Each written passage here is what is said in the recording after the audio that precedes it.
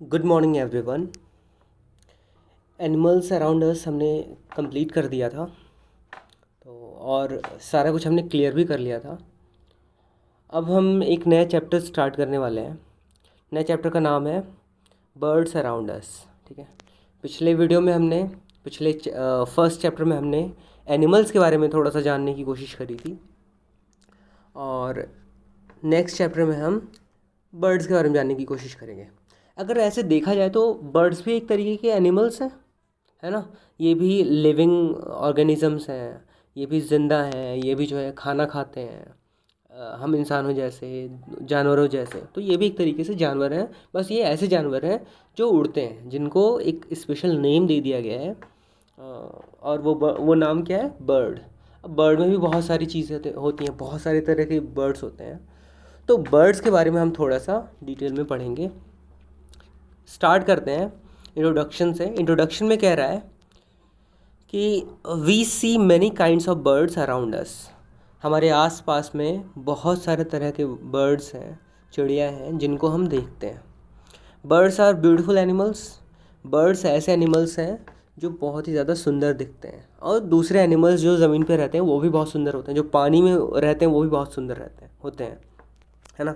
तो कुल मिला के हमारे इन्वायरमेंट में जितने भी ये लिविंग थिंग्स हैं, नॉन लिविंग थिंग्स हैं, ये सारी की सारी चीज़ें मिला के हमारे जो सराउंडिंग है इसको बहुत ही सुंदर बनाता है, बहुत ही ब्यूटीफुल बनाता है। Living things and non living things क्या क्या है? लिविंग थिंग्स ऐसे ऑर्गेनिजम्स को बोलते हैं जो जिंदा हैं, जो सांस लेते हैं, जिनको फूड की ज़रूरत पड़ती है। और नॉन लिविंग थिंग्स कौन है? जो सांस नहीं लेते हैं, जिनको फूड की ज़रूरत नहीं पड़ती है, फूड की जगह पे कुछ और चीज़ों की ज़रूरत पड़ती होगी। ठीक है, तो अगला पॉइंट कह रहा है they are found all over the earth. तो ये जो बर्ड्स हैं ये हमारे पूरे अर्थ पे हर जगह पे दिख जाएंगे।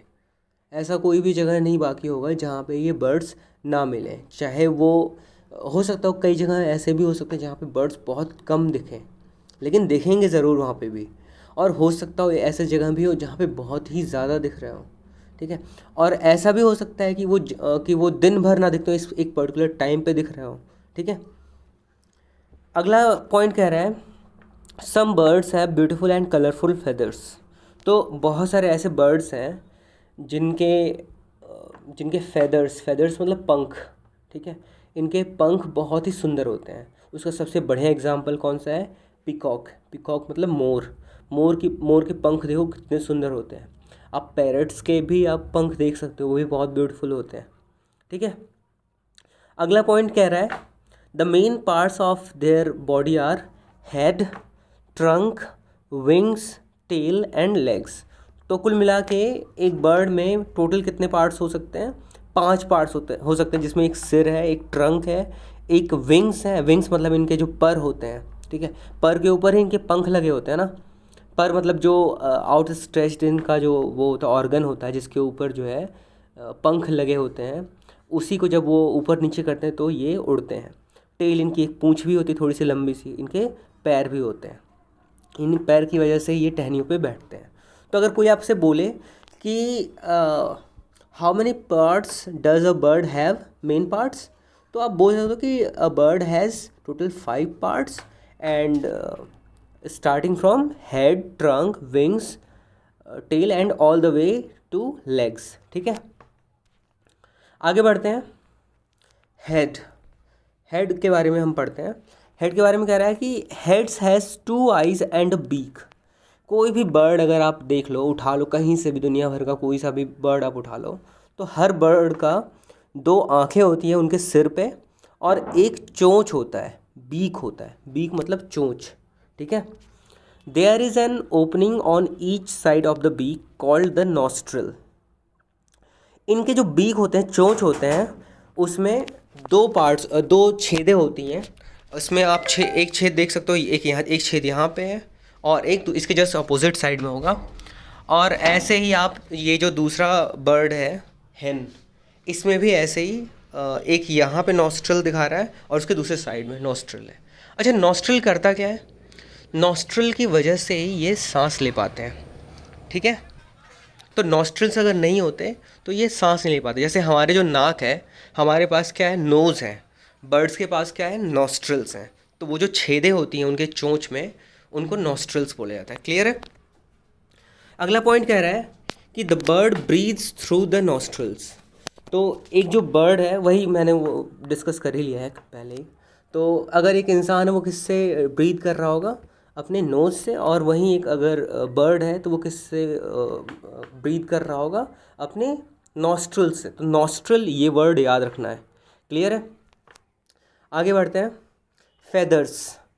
फेदर्स के बारे में कह रहा है, feathers cover most part of the body of birds. तो फेदर्स के बारे में मैंने पहले ही बोला था, पंख होते हैं, बहुत कलरफुल टाइप के, अलग अलग तरह के फेदर्स आपको देखने को मिल जाएंगे एक बर्ड के अंदर, एक बर्ड के बॉडी के ऊपर। ठीक है। और ये भी कह रहा है कि एक बर्ड का जो बॉडी होता है उसको ज़्यादातर वो किससे कवर्ड होता है, ज़्यादातर ये फेदर्स से ही कवर्ड होते हैं। जैसे जैसे एक इंसान का बॉडी होता है, इंसान की बॉडी पे हेयर्स बहुत ज़्यादा होते हैं, ठीक है, वैसे ही एक बर्ड के बॉडी पे बहुत ज़्यादा फेदर्स होते हैं, पंख होते हैं। दे arise only from certain well defined tracts on the skin. तो कुछ ट्रैक्ट्स होते हैं स्किन के ऊपर, स्किन के ऊपर कुछ ऐसा वो होता है, कुछ ऐसा शेप होता होगा, या स्किन के ऊपर कुछ ऐसा अरेंजमेंट होता होगा बॉडी का, जिसकी वजह से उन स्किन्स में से ही ये निकले हुए होते हैं, बाहर की तरफ निकले हुए होते हैं। तो ये वेल डिफाइंड होगा, डिफाइंस नहीं होगा। एन के बाद ई के बाद डी है, ठीक है, इसको ठीक कर लेना। Some of the feathers keep them warm. कुछ फेदर्स जो इनकी जो बर्ड होते हैं, इनके बॉडी पे कुछ फेदर्स होते हैं, वो इनको वार्म रखने में मदद करते हैं। These feathers are called down feathers. जो नीचे की तरफ फेदर्स होते हैं, इनके बॉडी के नीचे के पार्ट में जो फेदर्स होते हैं, वो इनको वार्म रहने में मदद करते हैं, तो इनको जो है डाउन फेदर्स बोला जाता है। ठीक है। The feathers attach to the wings and tail bone help the bird to fly. These feathers are called flight feathers. तो ऐसे फेदर्स जो एक बर्ड को उड़ने में मदद कर रहे हैं, तो उनको फ्लाइट फेदर्स कहते हैं। ये फेदर्स कहाँ कहाँ पे होते हैं, इनके विंग्स पे होते हैं, इनकी जो बाहें होती हैं इन पे होते हैं, और इनके पूँछों में होते हैं। ठीक है। तो ये हो जाते हैं फ्लाइट फेदर्स। जो नीचे की तरफ इनके बॉडी के होगा वो होगा डाउन फेदर्स। तो यहाँ तक क्लियर है। अगला पॉइंट कह रहा है the tail of the bird is also made up of feathers. It helps the bird to change its direction during flight. अब देखो, जो टेल वाले फेदर्स थे, ये भी एक तरीके से फ्लाइट फेदर्स थे। तो फ्लाइट फेदर्स कौन कौन से होंगे, एक तो इनके विंग्स वाले फेदर्स और एक टेल वाले फेदर्स। टेल वाले फेदर्स की खास बात क्या होती है, ये विंग वाले फेदर्स का तो समझ में आता है, ये अप डाउन होते हैं, इसकी वजह से चिड़िया ऊपर जाती है उड़ के या फिर नीचे की तरफ आती है। लेकिन ये पूँछ वाले फेदर का काम क्या है, पूँछ वाले जो फेदर का काम ये होता है कि वो बर्ड को अगर अपना डायरेक्शन चेंज करना होता है, तो वो सिर्फ़ और सिर्फ अपने जो टेल वाले फेदर्स होते हैं उनकी हेल्प से ही ये अपने डायरेक्शन को चेंज कर पाते हैं। अगर इनके टेल पे फेदर्स नहीं होते तो इनको जो है डायरेक्शन चेंज करने में बहुत मुश्किल होता, या शायद चेंज ही नहीं कर पाते। मान लो यहाँ से उड़ना स्टार्ट किया और जिस एक सीधी रेखा में जिधर की तरफ इनको मूव करना है उधर की तरफ ही चलते चले गए, अगर बीच में इनको मुड़ना हुआ तो मुड़ ही नहीं पाए। मान लो तुम ऐसे समझ सकते हो इसको, ऐसे कि एक गाड़ी है, एक कार है, और कार का जो स्टीयरिंग है जिससे जो है पहिए को घुमाया जा सकता है, उस स्टीयरिंग को ही एक पर्टिकुलर डायरेक्शन में दे के छोड़ दिया गया है। तो अब जैसे कार तुम स्टार्ट करोगे, वो जो है एक ही डायरेक्शन में जाना स्टार्ट कर देगी। वो उसका जो पहिया नहीं घूमेगा तो इसका डायरेक्शन चेंज नहीं होगा। तो बिल्कुल वैसे इसके जो टेल वाले फेदर्स होते हैं वो जो है इसको डायरेक्शन देने में मदद करते हैं। तो यहाँ तक क्लियर है। आगे कंटिन्यू करते हैं। मोर टू नो, ये कुछ इंटरेस्टिंग फैक्ट्स हैं, इसके बारे में भी आपको थोड़ा सा ध्यान देना होगा और इसको याद रखना है। कह रहा है कि plumology is the name for the science that is associated with the study of feathers. अब देखो, साइंस के बारे में मैंने बताया था ना कि साइंस, दुनिया भर की चीज़ों के बारे में जानना ही साइंस कहलाता है। अब हर चीज़ के अलग अलग चीज़ों के बारे में जानने के लिए उनको जो है अलग अलग नाम दिया गया। जैसे अगर आप पेड़ पौधों के बारे में जानना चाहते हो, तो अगर उससे रिलेटेड स्टडी अगर होती है उसको क्या बोलते हैं, बायोलॉजी। बायोलॉजी में भी एक पर्टिकुलर ब्रांच होता है जो पेड़ पौधों से रिलेटेड नॉलेज के बारे में बताता है, उसको बोला जाता है बॉटनी। तो तो साइंस को जो है कई सारे पार्ट्स में कैटेगराइज किया जा सकता है। अगर यही साइंस अगर फेदर्स से रिलेटेड साइंस है, फेदर्स से रिलेटेड अगर हम स्टडी कर रहे हैं तो इस स्टडी को क्या बोलते हैं, प्लूमोलॉजी। ठीक है, प्लूमोलॉजी आपको याद रखना होगा और क्लासरूम में भी आपसे पूछा जाएगा। ठीक है, आगे बढ़ते हैं। How do birds fly.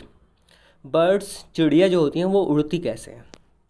When birds fly, they flap their wings up and down and gradually go up into the air. कह रहा है कि जब बर्ड्स को उड़ना होता है ना, दे फ्लैप देयर विंग्स। फ्लैप मतलब उनके जो दोनों साइड में विंग्स होते हैं, उन विंग्स को एक दूसरे से टकराते हैं। जैसे आप अगर अपने दोनों हाथों से ताली बजाते हो, अपने दोनों हाथों की हथेली को टकराते हो, तो आप बोल सकते हो आप फ्लैप कर रहे हो। ठीक है, तो वैसे ही अपने दोनों विंग्स को जब ये टकराते हैं ऊपर की तरफ या फिर नीचे की तरफ, तो जो है इस प्रोसेस को बोलता है फ्लैपिंग। ठीक है, तो फ्लैप जो है ये भी आप, फ्लैप मतलब फड़फड़ाना भी शायद होता है, तो आप लुकअप कर सकते हो इंटरनेट पे या फिर किसी और से पूछ भी सकते हो कि इसका एग्जैक्ट मीनिंग क्या है। ठीक है, तो ये इसकी वजह से ही ये एयर में ग्रेजुअली मतलब लगातार है, ठीक है, निरंतर ऊपर जाना स्टार्ट कर देते हैं। During the flight the wings perform two types of movement, up stroke and down stroke. तो जब भी उड़ान भर रहा होता है, कोई भी चिड़िया उड़ान भर रही होती है, तो दो तरह के मूवमेंट्स परफॉर्म कर रही होती है कोई भी चिड़िया। उसमें पहले का नाम है up stroke and second one is known as down stroke. अब अप स्ट्रोक क्या होता है उसके बारे में थोड़ा सा पढ़ लेते हैं। अप स्ट्रोक में कह रहा है when the wings move upwards and backwards. जो विंग्स होते हैं वो अपवर्ड ऊपर की तरफ जा रही हो और पीछे की तरफ जा रही हो, तो the movement of the wings is called up stroke. तो इसमें आप देख सकते हो कि अप स्ट्रोक में ये पहले ऊपर की तरफ जा रहा है और फिर पीछे की तरफ जा रहा है। तो अप स्ट्रोक में ये दो तरह के मूवमेंट्स होते हैं, एक तो ऊपर की तरफ मूवमेंट होता है, एक पीछे की तरफ होता है। डाउन स्ट्रोक में क्या बोल रहा है, when the wings move downwards, sorry ये वाला अप स्ट्रोक का ही है और इसमें पीछे की तरफ जो विंग्स मूव कर रहे हैं उसको नहीं दिखाया हुआ है। ठीक है, तो डाउन स्ट्रोक में क्या कर रहा है, when the wings move downwards and forward.